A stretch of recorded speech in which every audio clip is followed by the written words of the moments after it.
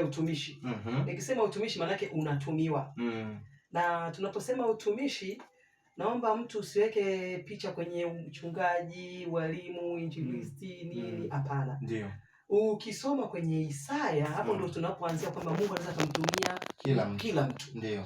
Ile Isaya 43 mstari wa 7 na 21. Isaya 43. Naomba nisome kwa haraka. Anasema kila mmoja aliyeitwa kwa jina la Mungu niliyemuumba kwa ajili ya utukufu wangu, mimi nimemuumba, naam mimi nimemfanya. Ni Mungu anasema. Isaya ngapi? 43 mstari wa 7. Nitasoma na wa 21. Wa 21 anasema watu wale niliojiumbia nafsi yangu ili wazitangaze sifa zangu. Kwenye mistari miwili nataka uangalie niliyemuumba kwa ajili ya utukufu wangu. Manake Mungu alipokuwa ananiumba yule, anakuumba yule, anamuumba yule, aliumba kwa ajili yake mwenyewe.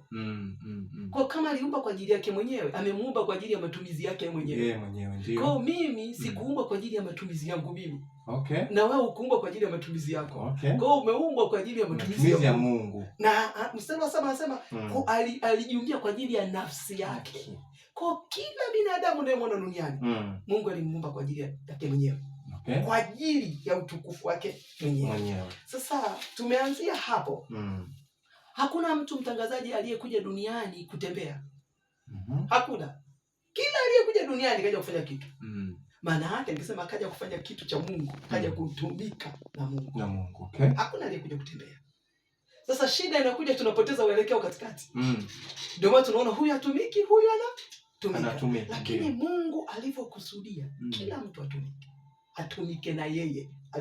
Yaani Mungu amtumie kila mtu amtumie. Okay. Na hii naipata wapi pia? Ile Zaburi ya 139. Okay. Ule mstari wa 13 na wa 16. Okay.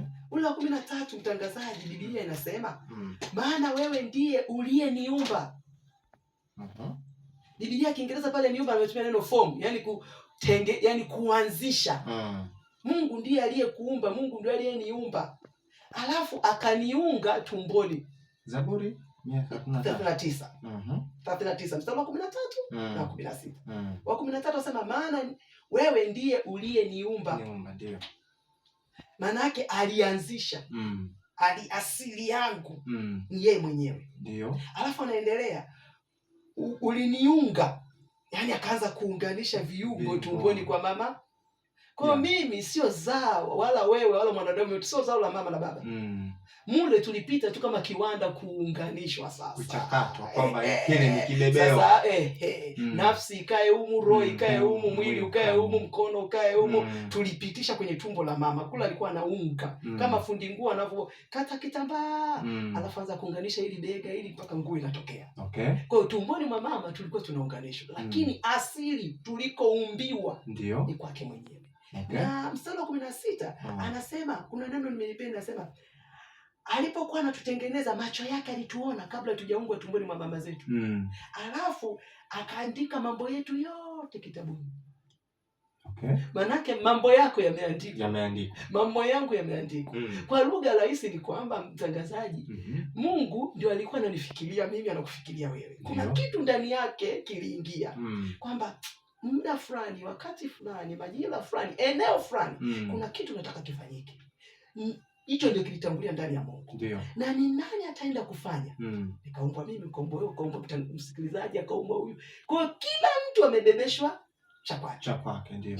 Ili Mungu akutumie sawa sawa na alivyoandika kitabuni mwake. Okay. Kwa hiyo baada ya kuandika kitabuni mwake mtangazaji, ulipowekwa tumboni mwa mama yako ni kama kanda ilianza sasa kucheza. Zamani tulikuwa na kanda fulani hivi.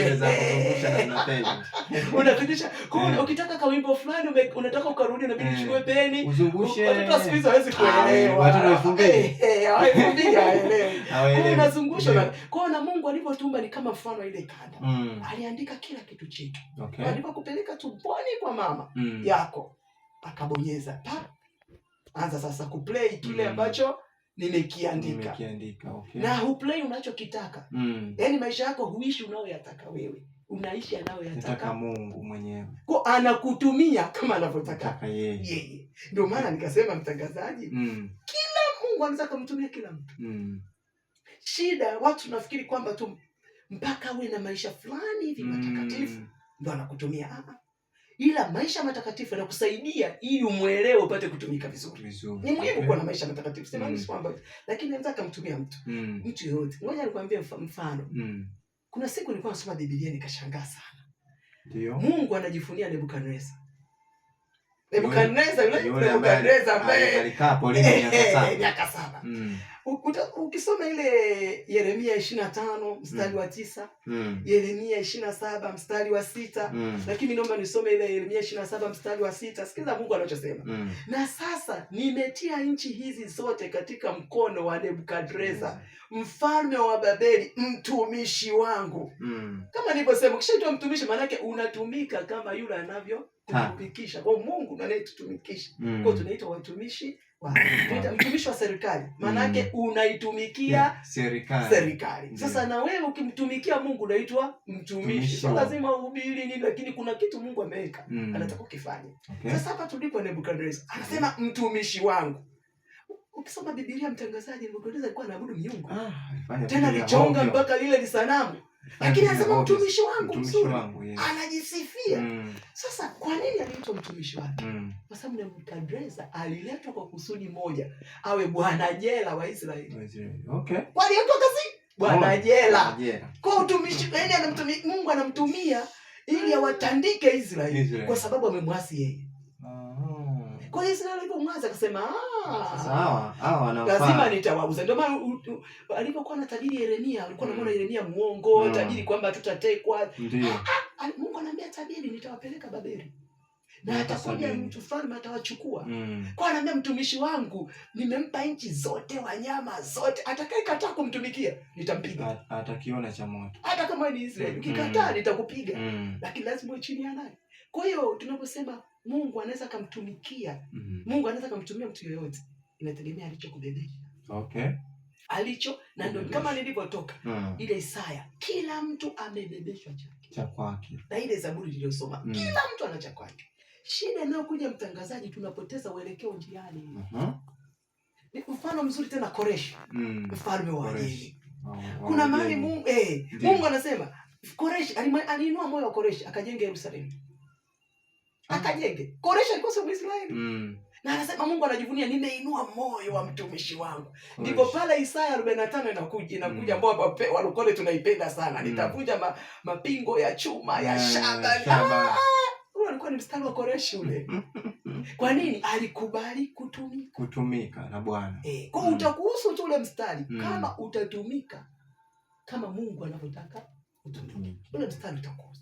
Sasa ndicho ambacho nasema kila mtu anaweza kutumiwa na Bwana. Mradi tu amesimama. Lakini nitoe angalizo mtangazaji, haina maana sasa kwamba kila mtu anaweza kutumika basi uishi maisha mabaya. Sasa mimi mwenyewe mtumishi vile vile. Hapana. Hata Yesu alitoa hilo angalizo. Anasema kuna watu watakuja, watasema Bwana tulitoa pepo kwa jina lako. Ina maana hawa ni watu walisikia neno la Yesu. Aliwatuambia enendeni mkawafanye mataifa. Na kwa jina langu mtatoa pepo kwa jina langu. Waliamini, wakakubali, wakaenda kutumika. Shida ikaja. Utumishi ulikuwa mzuri ila maisha yao binafsi yakawa mabaya. Kwa Mungu anataka kukutumia, lakini ukafika mbinguni ukatumika vizuri sana kusudi lake, ukakataliwa. Nisiwe mimi jamani. Na Paulo anasema nisije nikahubiri wengine mimi nikabaki. Na Yesu anasema sikujui. Lakini walitumika vizuri, mapepo yalitoka. Ishara nyingi, miujiza. Viwete walitembea, wafu walifufuliwa. Kwa naomba niseme kwamba Mungu anaweza kumtumia mtu yeyote. Lakini kutumiwa na Mungu sio kigezo cha kwenda mbinguni. Napenda nitoe angalizo hilo. Kwa maana yake unatakuwa na maisha mawili. Tumika kama Mungu anavyotaka, lakini tengeneza uhusiano wako na Mungu binafsi. Kama wale waliowatuma Yesu, wakasema Yesu mapepo yanatutii, tumeyatoa kwa jina lako. Yesu aliongeza tesi nzuri. Akasema madogo msifurahi. Kama majina yenu yameandikwa. Kwa sababu mapepo yanawatii basi mkavimba vichwa kwamba nakumbuka alitii jina la Yesu. Kwa mlitumika kwa sababu mlijiamini jina la Yesu mkalitumia. Lakini uhusiano majina yenu kule mbinguni yameandikwa. Kwa Mungu anaweza kumtumia kila mtu. Kwa usije ukafikiri kwa sababu unatumiwa basi una kibali cha kwenda mbinguni. Kutafuta kibali cha kwenda mbinguni ni uhusiano mwingine binafsi na Mungu wako. Kwa weka bidii katika sehemu zote mbili. Tumika kwa bidii sana na tengeneza maisha yako. Kaa kwenye wokovu vizuri ili vyote ukavipate. Wow, asante sana kwa majibu yako mazuri. Mungu akubariki sana mwalimu. Mungu akubariki sana.